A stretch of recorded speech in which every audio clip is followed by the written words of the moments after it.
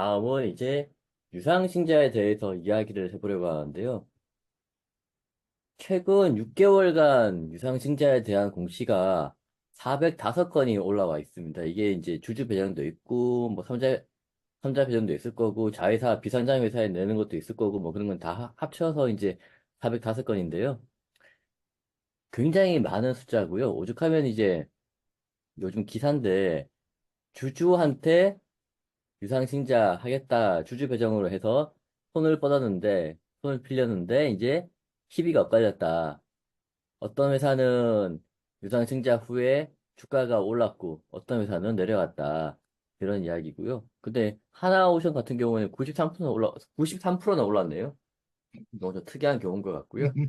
이 금융시장 구조를 좀 보시게 되면 직접 금융과 간접 금융이 있는데 간접 금융은 이제 은행에서 돈 빌리는 거고요. 직접 금융은 이제 주식이나 채권, CP 등을 이제 회사에서 발행을 하는 거거든요. 여기에 이제 주식을 발행하는 걸로 해서 직접 금융에 그 유상증자가 들어가게 됩니다. 다음 페이지 보시게 되면 이제 유상증자를 이제 발행이라고 하는데 여기는 이제 공모하고 사모가 있을 거고 일반적으로 주주배정이라 그러면 이제 주주배정 유상증자를 한 다음에 그 실권주 일반 공모라고 가잖아요. 그런 식으로 진행한다 보시면 되고 모집과 매출은 이제 모집은 새로 발행하는 것, 신주 발행하는 거고요. 매출은 기존에 있는 구주를 발행한다.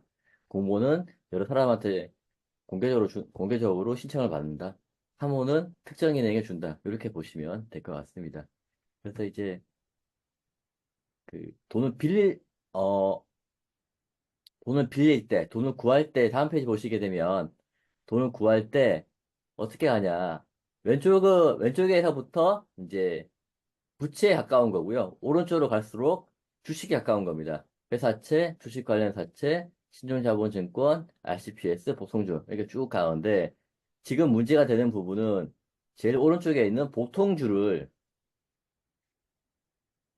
주주 대상으로 유상증자를 하면서 주가가 빠지고 하기 때문에 문제가 생기는 거고요.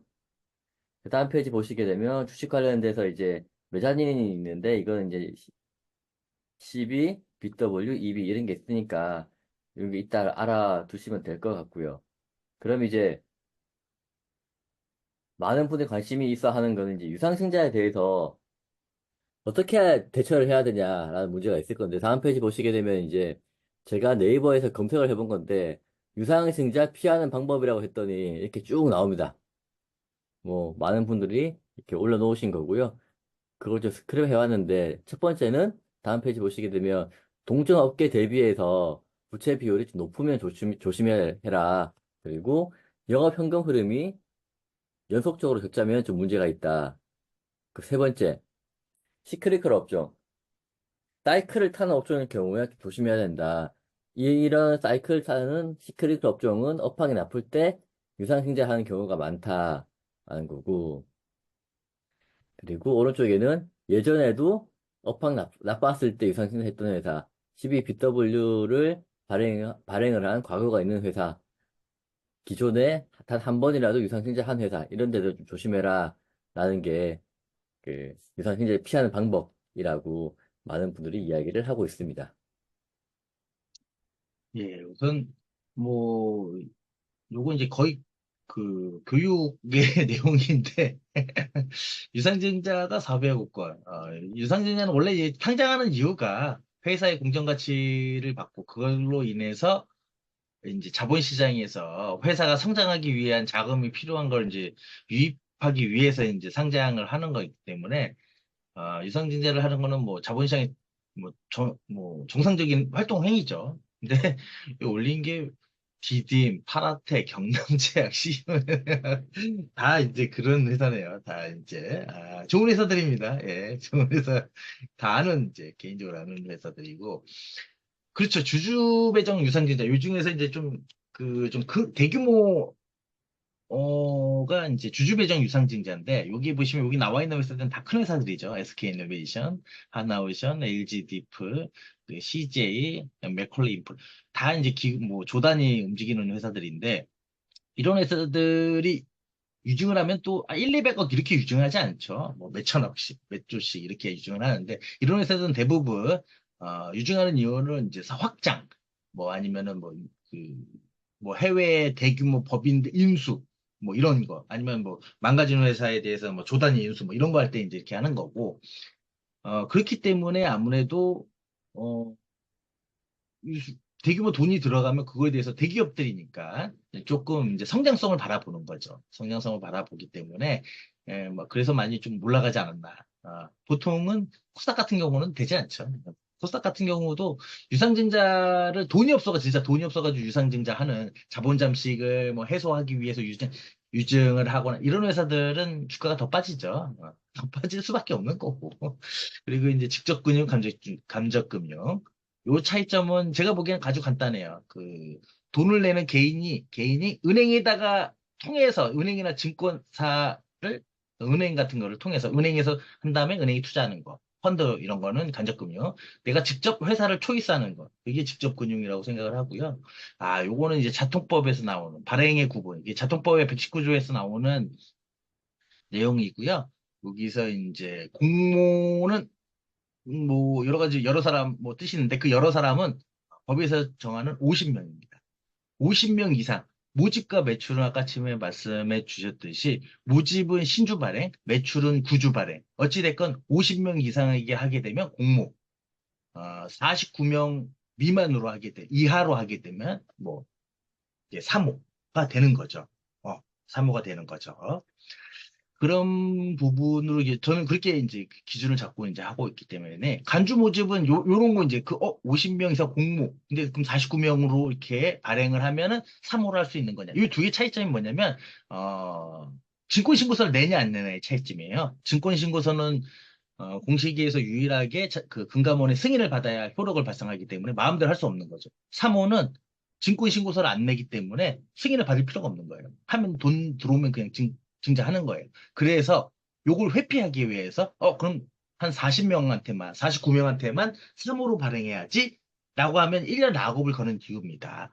근데 그거는 이제 상장사나 그렇게 하는 건데 보통은 이제 그런 걸 회피하고 이제 몰래 몰래 그냥 그 증권신고서 안 내고 비상장사들 막 발행하는 거죠. 근데 법상 보면은 우리 발행할 때 50명 미만으로 했기 때문에 증권신고서 안 내고 공모가 아니에요 이런 얘기를 하는데 실제로 그런 사람들이 빠져나가지 못하도록 간주 모집 최초 발행은 50명 미만으로 했어도 그 사람들이 다른 사람에게 흩뿌릴 수 있다.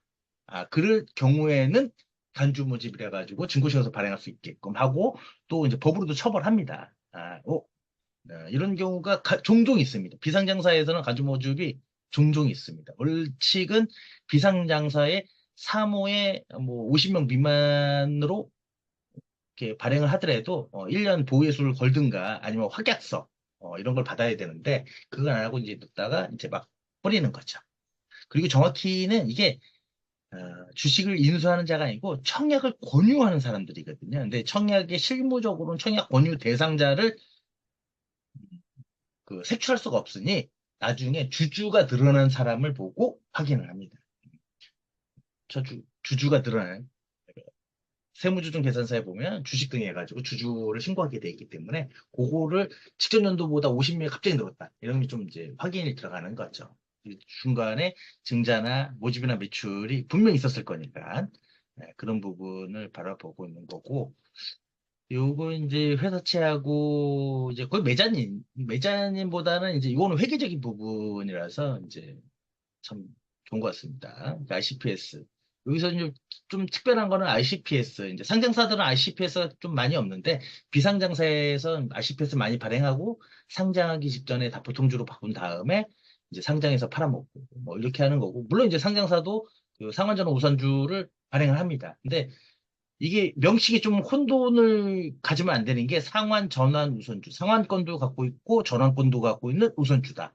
하지만 여기서 상환은 뭐 계약 기간이 있다고 해서 무조건 상환할 수 있는 게 아니고 배당 간의 이익 한도 내에서 상환 기간이 뭐 7년, 10년 약정을 했어도 그 약정 기간 도래가 끝나도 배당 간의 이익이 없으면 상환권을 행사해도 상환할 수 없다. 근데 그래서 명칭의 혼돈 때문에 상환권이 붙어있는데 왜 상환이 안 돼요? 막 이렇게 얘기하시는 뭐 그런 분은 거의 없잖아요. RCPS를 이제 투자하는 사람들은 그냥 주식이라고 보면 되는 거고요. 예. 그리고 이제 뭐 요거 메자닌, 예, 메자닌이라는 게 메자닌, CBBWEB 주식으로 뭐 하이브리드죠, 하이브리드 주식으로 보통주로 전환할 수 있는 권리가 붙은 채권, 그냥 뭐 CBBW, EB 이렇게 있는데 통상적으로 코스닥 상장사들은 정관에 이제 전환사 CB하고 BW가 이제 뭐 교환 EB까지 이제 다 정관이 같은 금액이든 500억이 됐든 2천억이 됐든 정관에 같은 금액이 있는데 그럼 발행 순서는 전환사채 제일 먼저 발행합니다. 그러니까 회사의 자산의 기본 교환사채는 자기 주식이나 아니면 타 투자법인 주식이 있기 때문에 요거는 좀 발행하는 회사가 많지 않아요. EB를 발행하는 회사가 많지 않고 이제 대부분 다 10이죠. 그래서 주회사항 보고서 저는 채권 발행 결정 대부분 다 10입니다. 10이 그럼 이 BW는 언제 발행하냐? 둘이 내용은 똑같습니다. 똑같고요. CB 한도를 다 찼으면, 뭐, 2천억인데 2천억을 다 채웠으면, 그 다음에 발행할 때 BW 발행합니다. 대부분은. 왜 그러냐면, 이게 히스토리가 있는데, 10년 전에는 BW를 더 많이 발행했어요. 이게, BW를 더 발행한 게 신주 인수권만 띄워가지고 승계 작업하는데 많이 사용을 했기 때문에 BW를 많이 발행을 했는데, 이게 이제 나쁜 짓에 경영권 인수라든지, 경영권 방어나 아니면 승계에 너무 많이 이용하니까, 아예 상장사의 사모, 공모는 BW 아직도 분리형 신주증권사채 가능합니다. 근데 사모는 분리형은 발행하지 못하게 돼. 일체형만 발행하게 돼 있습니다. 그럼 일체형 발행한 다음에 일체형은 그 채권과 주식의 권리를 동일시해야 돼요. 그러니까 신주 인수권을 행사하면 채권도 같이 없어지는 상황이 되기 때문에 CB하고 내용이 똑같습니다. 그렇기 때문에 뭐 명칭이 그렇기 때문에 내용이 실질이 똑같으니까 어차피 다 3호로 발행할 거니까 그래서 순서가 대부분 CB를 다 발행하고 한도가 차면 BW 발행하고 뭐 이런 식으로 이게 진행이 에, 되고 있죠. 예, 실제로 코스닥 다 그렇게 진행하고 있습니다. 네, 그래서